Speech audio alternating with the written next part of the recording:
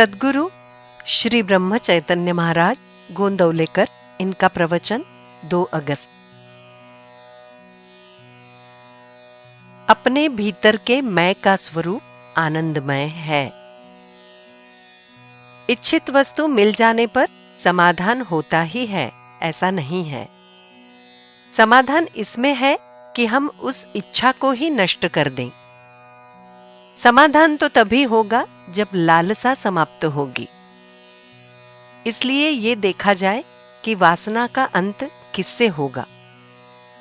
ध्यान तो इधर दिया जाए कि सुख किस बात में है, काहे का पल्ला पकड़ें। सच्चा आनंद, सच्चा समाधान इसी में है कि हम भगवान के हो जाएं, अर्थात भगवान के दास, सेवक, भक्त बने।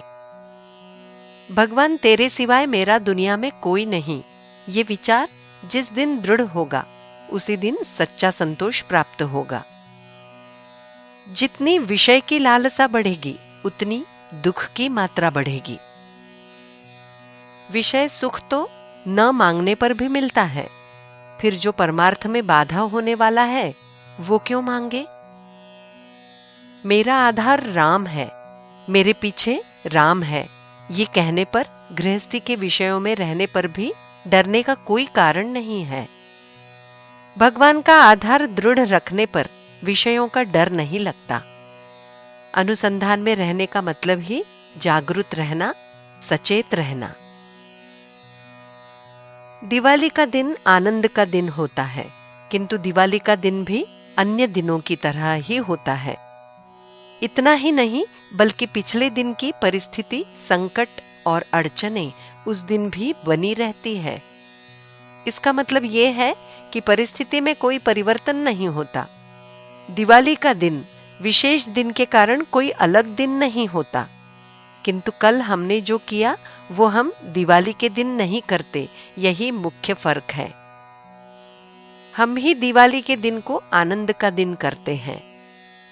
यदि ये सत्य है तो हम हमेशा क्यों न उसे मनाएं। हमें हमेशा दिवाली मनाने की भावना हो, हमेशा हम आनंद में रहें और उसके लिए आनंद स्वरूप भगवान का आधार लें। हम दिवाली के त्योहार का बहाना कर आनंद में मशगूल हो जाते हैं, फिर जो आनंद निर्माण करने वाला भगवान है उसका हमेशा आधार या सहारा लेकर उसकी शरण में क्यों न जाएं, उसके आश्रय में क्यों न रहें।